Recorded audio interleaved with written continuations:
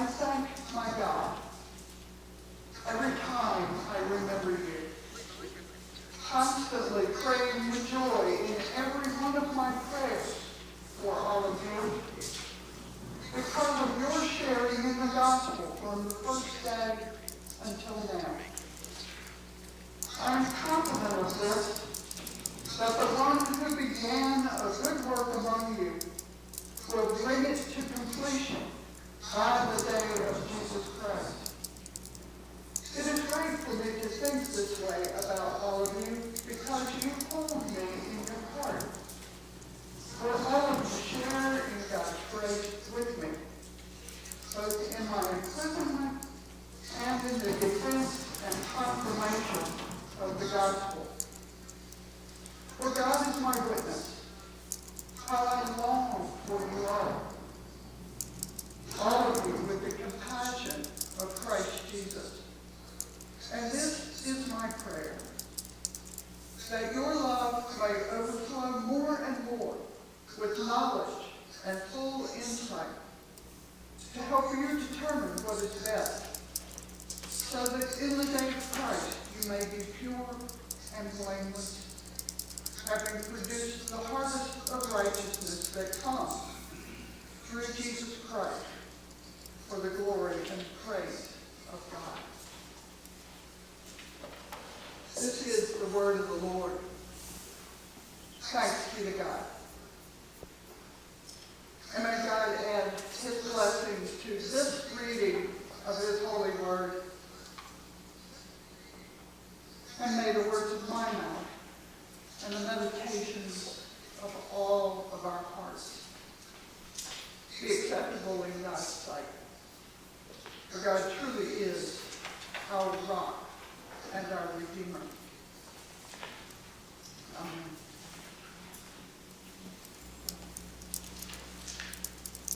Friends and family have been asking me for some time about this particular Sunday.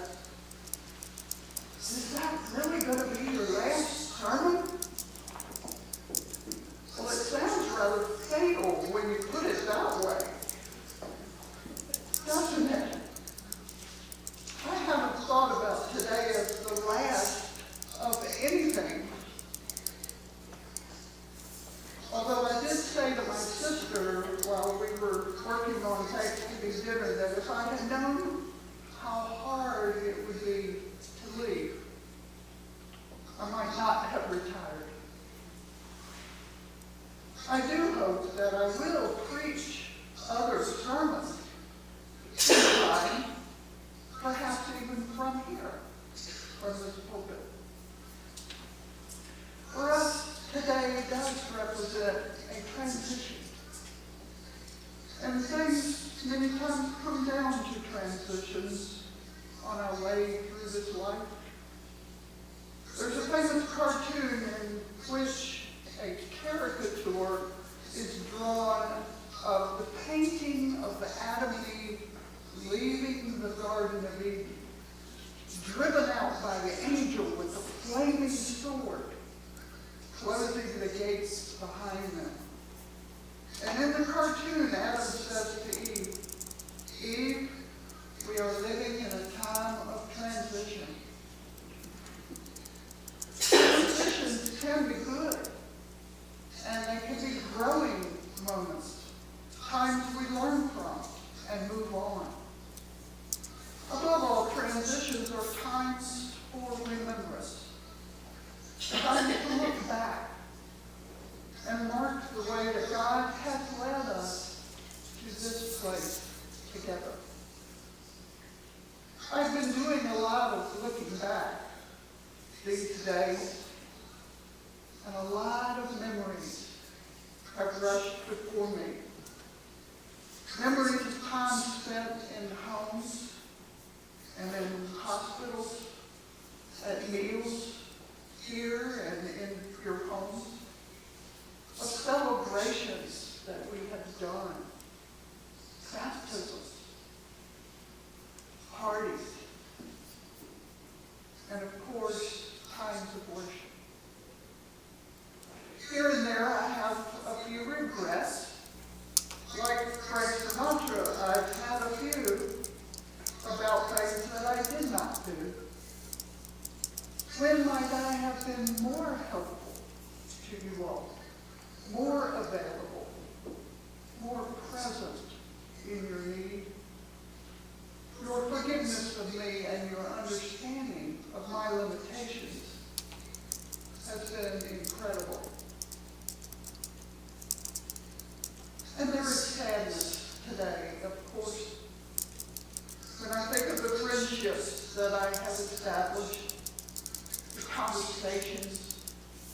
we've had, the hugs, all these vibrant faces around me that I will miss seeing each week.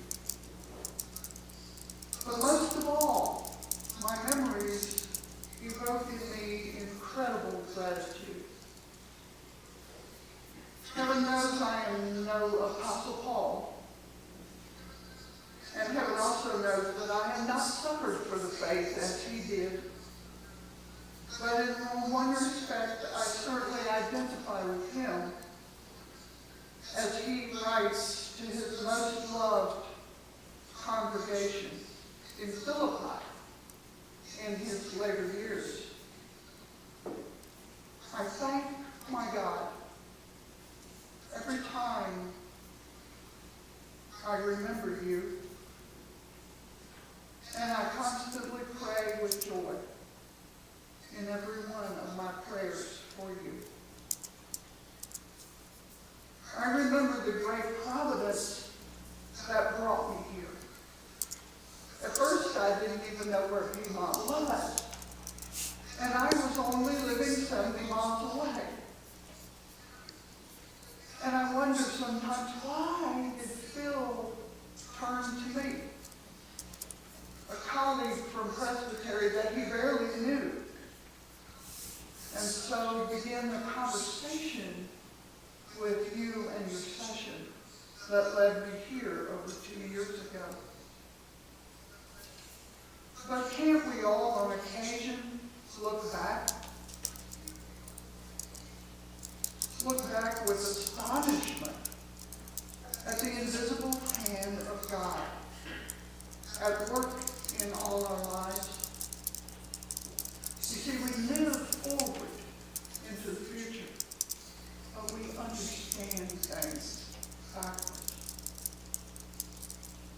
Events that at the time seemed almost accidental, from our vantage point now, seem to involve the surety of God's plan for us.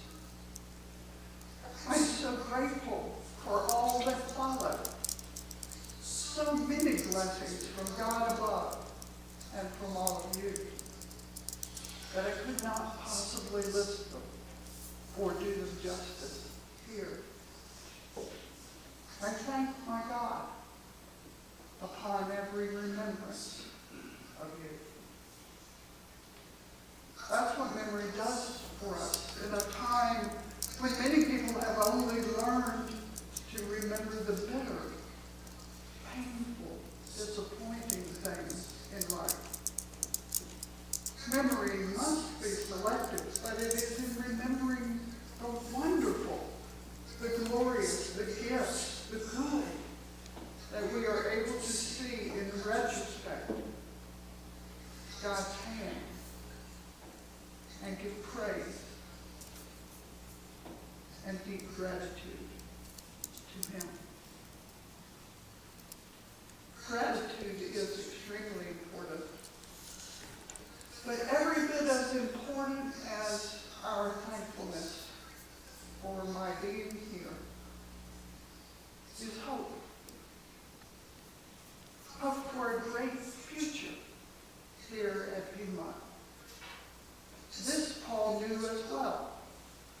And so he continues speaking to the Philippians. Of this I am confident, that he who started a good work in you so many years ago will bring it to completion by the day of Jesus Christ. That gives you lots of time.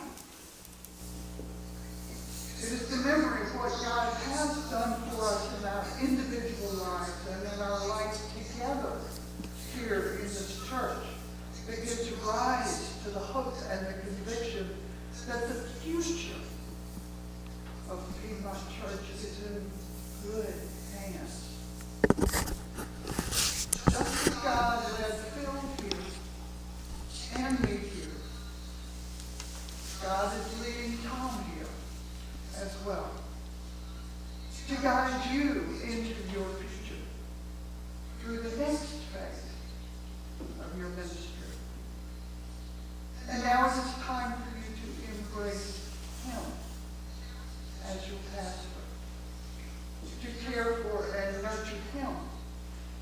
as he ministers to you, and to build memories and a future with him, just as you did with me.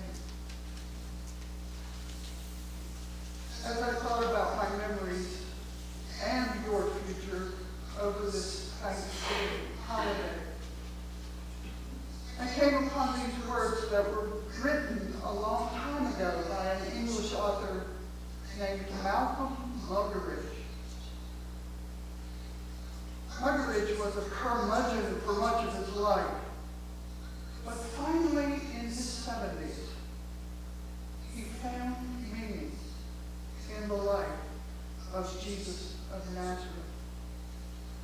And he wrote this: I am an old man, already past the allotted 70, and as the old do, I quite often wake up in the middle of the night, half out of my body, so that I can see in the bed the old battered carpets that I shall be leaving soon. And in the distance, I see a glow in the sky, the lights of St. Augustine's city of God. Muggeridge continues, let me pass on to you two extraordinarily sharp impressions that I have had waking up. The first is of the incredible beauty of our earth, its colors and shapes and smells and creatures, of the enchantment of human love and companionship, of the fulfillment of human work and procreation. The second impression is a certainty surpassing all words, that as an infinitesimal particle of God's creation, I am a participant in his purposes, which are loving and not malign, creative and not destructive, orderly and not chaotic. And in that certainty is a great peace and a great joy. Out of remembrance of God comes gratitude and hope and joy. And that's what we have been about here at Piedmont, you and I. You and I have been keeping gratitude and hope alive in a world where they are in very short supply. And we've done it not so much by our words or my words, but by the manner of our lives together, by how we have acted when with one another, by how we have done church together. We've done it through our studies and Sunday school and the food pantry and the choir and our outreach to the community and the world. We've done it through the simple meal we share quarterly and in the table fellowship that we share on special occasions after worship. We, as God's family, have acted out the future that we hope for all of God's family.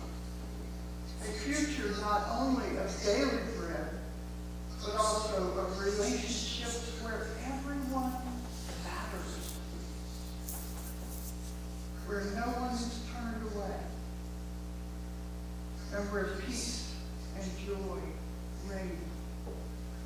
Here we met our God, in and among us, as we received from and gave to one another, doing church together. And my prayer is that you will continue long into the future with Tom's leading to do church together. As Paul said, this is my prayer, that your love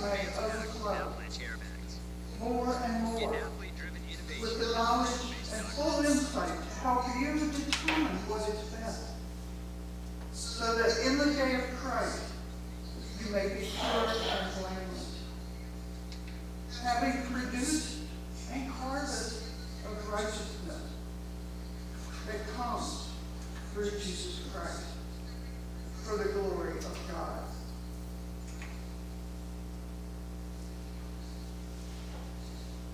A pastor was retiring from Calvary Church in Manhattan. His name was Sam Shoemaker, and he was the co-founder of Alcoholics Anonymous. And long ago, he took leave of his congregation with these words, which I will make my own. As I sit on a cool afternoon and look out the window at a winter scene, I look back with many, many thanks. It's been a great run. I wouldn't have missed it for anything. Much could have been better. And I have by no means done what I should with all that I have been given. Overall, it has been a school of lessons, not easily learned, but of infinite worth, an instruction of a patient and gentle kind. The experience of being here has been and remains amazing to me. I am thankful for it, and next to my gratitude to God,